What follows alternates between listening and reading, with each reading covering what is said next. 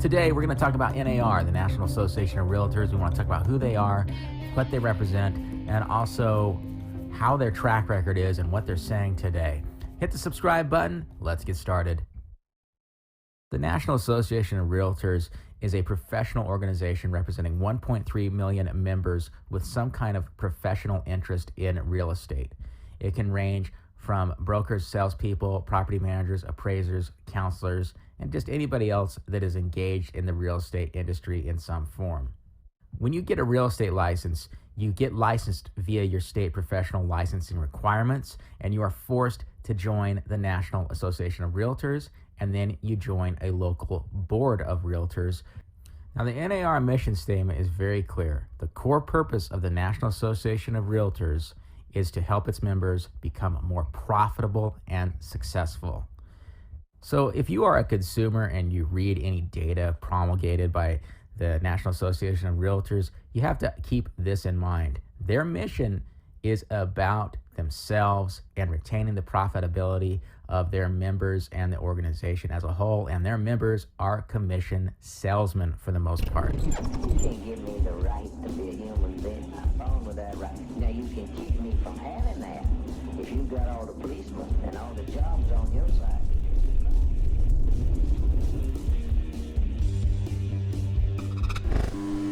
Hey everybody, and thanks for joining me for another Counter Economy Wednesday show.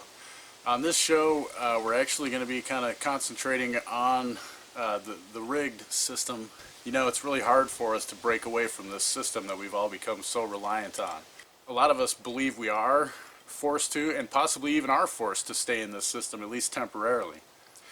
So for those people, I want to offer another option, something you can do to help fight the established rigged economy of the Great Reset, and actually help us with establishing a counter economy in the same process. So the counter economy isn't just about setting up new systems that are an alternate to the old rigged system or the new system of the Great Reset, but it's also about just what common and everyday people can do to counter the rigged economy that is going to be the Great Reset. There's many systems within this. And one of the systems I want to talk about today, at least first, is the real estate system. You know, real estate is booming right now. Pretty much from what I understand, it's like across the entire country, real estate is up.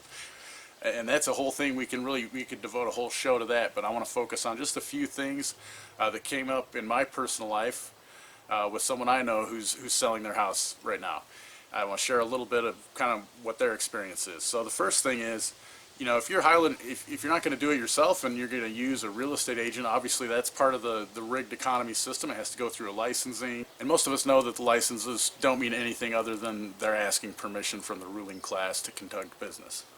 But within that becomes this corporate structure of policies and procedures that in order to have a job, if you're going to work for this certain corporation, you're going to have to follow all those. And that's part of how the rigged economy, the Great Reset, and the one that was before the Great Reset, controls us. So one simple way we can counter that is if you're hiring a real estate agent or you're getting a new mortgage or something like that, which I've been told mortgage literally means death contract. We'll look into that. But look into the fees that you're paying, specifically with any of your mortgages that you're getting. A lot of anything that says, really in general, anything that says it's a service fee, question that. But in the real estate industry, you know, if you're hiring someone to sell your house, look at all the different fees that you're being charged when you go to sign that contract with the realtor.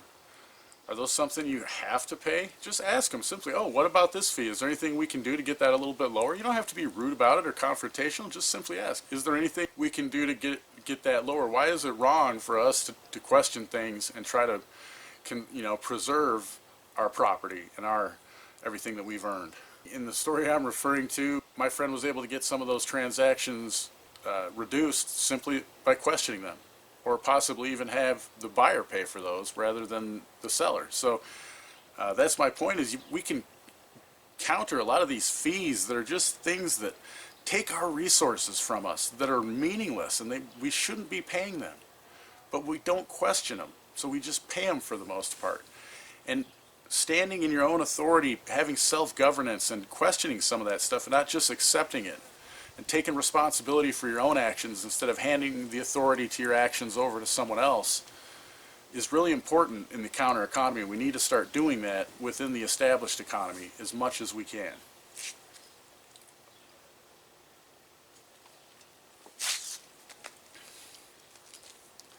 And the other thing within, for example, the real estate industry that you can do to really kind of counter the rigged economy is question some of the policies and procedures, not just the fees, but the policies and procedures. And when a realtor tells you that, oh, well, this is just common practice, this is just what we do. Well, okay, but why do I have to be okay with that? Just because it's something you commonly do, does that mean that I have to be okay with it? For example, if you're selling a house and you want to be there for the inspection, be there for the inspection. If you want to be there for any part of it, it's still your house until the deed has been recorded with the county. So until then, of course, it's your right to be in your house at any time doing whatever you want, regardless of what your realtor tells you. So that's something to keep in mind during that process. It's okay to question those policies and procedures and do what you want, because ultimately, even though your realtor says they have your best interests at heart and that's what they're looking out for, you know, they may be doing that. But ultimately, of course, whose best interests are at heart? Theirs. They're preserving their relationship with other realtors in the area, the realtor that's representing the buyers, if you're the person selling the house, or vice versa. So, you know, the realtor is looking out for themselves first. Always remember that. So we need to remember to look out for ourselves first as well. Just like I said, don't just hand over your authority to someone else because it's their job within this rigged system. And the reason I'm bringing this up is by my friend just questioning the process of how things worked. We might have kind of exposed something, some fraud that is going on in the area. So I don't want to say a whole lot more than that. At this point, we're still kind of doing I'm still doing some research on it. But my point is, just by simply questioning a simple procedure, a common everyday person really kind of stooped, at the very least, a conflict of interest, it looks like, which is not okay, which makes the, you know, one of the tenets of contract are full and honest disclosure of all the details of the contract. And if you're not getting that, then the contract is void. And that's something that can be dealt with if necessary. So that's my point of bringing this story. So I really encourage people to in your everyday interactions, even at the grocery store, the food industry. If somebody tells you can't do something, or, well, this is just how things are done, especially if you hear that one, this is just how things are done, question that. And another part of it is, you know, when I started this channel, I was doing research on a property that I was going to audit, and I just clicked on the county's geographical information system, commonly known as GIS, to get some information about a property, to see who owned it, to see if it was publicly owned property or privately owned property that I could access to do some filming. And it turns out it was privately owned, and just by looking at that, I uncovered some property tax fraud. I'll put a link to that video down in the description so you can check it out. I have mentioned it before. I will be doing an update on that soon. I do have a little bit of additional information. That was down at the Hanford nuclear site down in Richland, Washington. So I've been down there a couple times. It's a pretty interesting place, to say the least. But like I said, just by a common person, that's all I am, questioning, looking into a little bit of things. It barely took me any time to do that.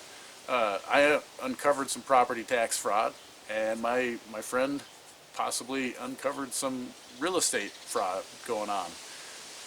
So something we all should be doing, and it's how we can counter this rigged economy if we don't have the means to invest in something to establish part of the new economy. We can all do something to counter this rigged economy, and that's really what this is about. If you can't help establish something in the new economy, at least right now, then you can help out by countering the rigged economy by little things like I've explained today. What I want to leave you with today is another question. What fee or common procedure in any industry have you recently been taken advantage of with? Thank you for supporting my work. Independent thought and journalism are under attack.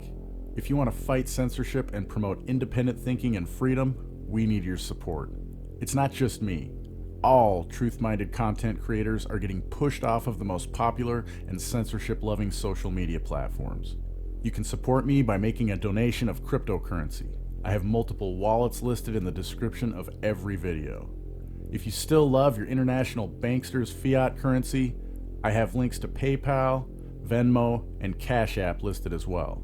If you're unable to donate in that fashion, consider signing up for LBRY, 3Speak, Hive, Steemit, DTube, or Mines using the links below, and earn some crypto for yourself and me by using my affiliate links. Then, you and I can both be earning decentralized cryptocurrency for you simply watching and interacting with my content.